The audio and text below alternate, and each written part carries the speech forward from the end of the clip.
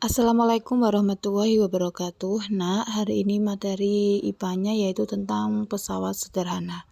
Jadi, pesawat sederhana itu adalah alat untuk membantu atau alat bantu sederhana yang bertujuan untuk mempermudah pekerjaan manusia. Jadi dengan adanya pesawat sederhana ini, pekerjaan manusia itu menjadi lebih ringan atau lebih mudah.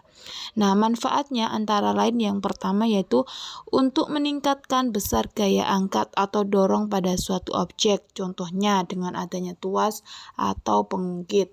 Yang kedua yaitu untuk meningkatkan jarak untuk gaya dapat bekerja, contohnya bidang miring.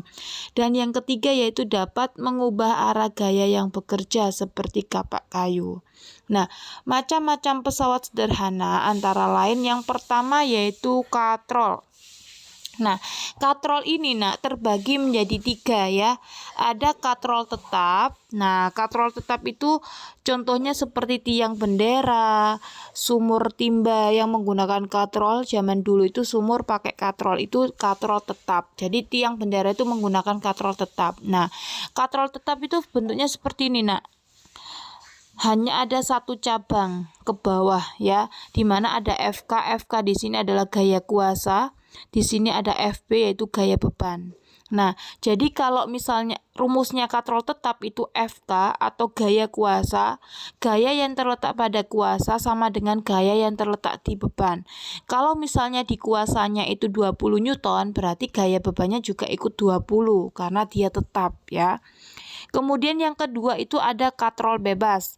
Katrol bebas ini biasanya digunakan untuk pengangkat peti emas di pelabuhan-pelabuhan. Nah, kalau katrol bebas itu katrolnya satu rantai ya, ini satu rantai cuma ke atas arahnya. Jadi rumusnya adalah FK atau gaya kuasa sama dengan setengahnya gaya berat. Misalnya kalau FK-nya itu diketahui 40, berarti FB-nya berapa? Kan setengah ya. Maaf, misalnya FB-nya. Maaf ini Mbak Ana salah. Misalnya FB-nya itu diketahuinya 40 Newton. Nah, berarti kuasanya berapa?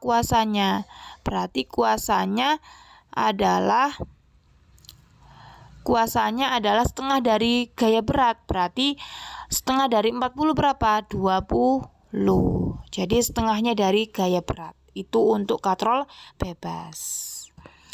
Kemudian akan Mbak Ana jelasin lagi contohnya yaitu yang katrol ketiga, yaitu katrol majemuk. Nah ya.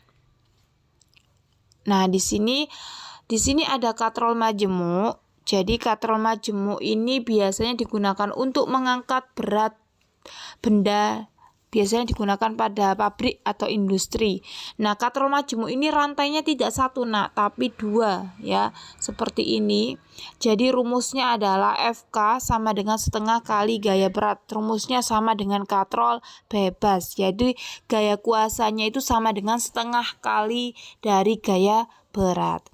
Kemudian yang ketiga, materi yang kedua yaitu roda berporos. Jadi roda berporos ini juga termasuk dari pesawat sederhana.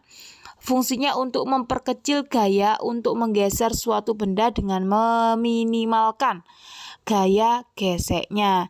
Nah, roda berporos ini seperti pada roda-roda atau setir mobil ya, yang bentuknya seperti roda atau bulat. Itu roda berporos.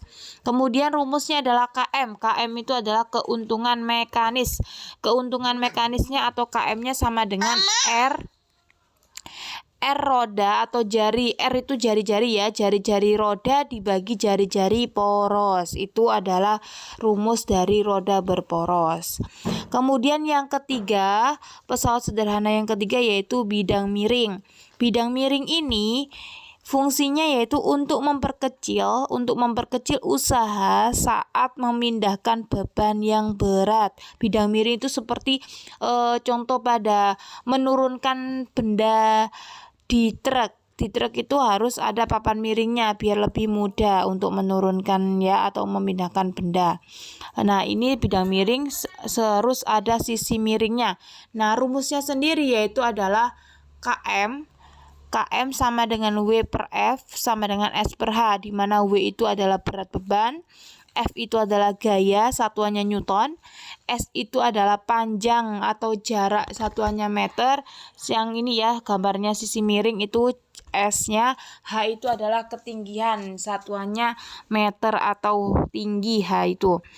Kemudian untuk yang ketiga selanjutnya adalah materinya adalah tentang pengungkit atau tuas. Jadi pengungkit atau tuas ini terdiri dari 3, Nak. Ada pengungkit jenis pertama, ada pengungkit jenis kedua, ada pengungkit jenis ketiga. Di mana pengungkit jenis pertama ini, nah, yang harus kalian perhatikan yaitu jenis pertama ini adalah titik tumpu yang di tengah-tengah. Jadi titik tumpunya di tengah-tengah. Jadi jenis pertama ini titik tumpu berada di antara, kalau berada di antara berarti titik tumpunya di tengah-tengah ya, di antara beban dengan kuasa. Contohnya seperti gunting ya, kemudian ada pemotong kuku.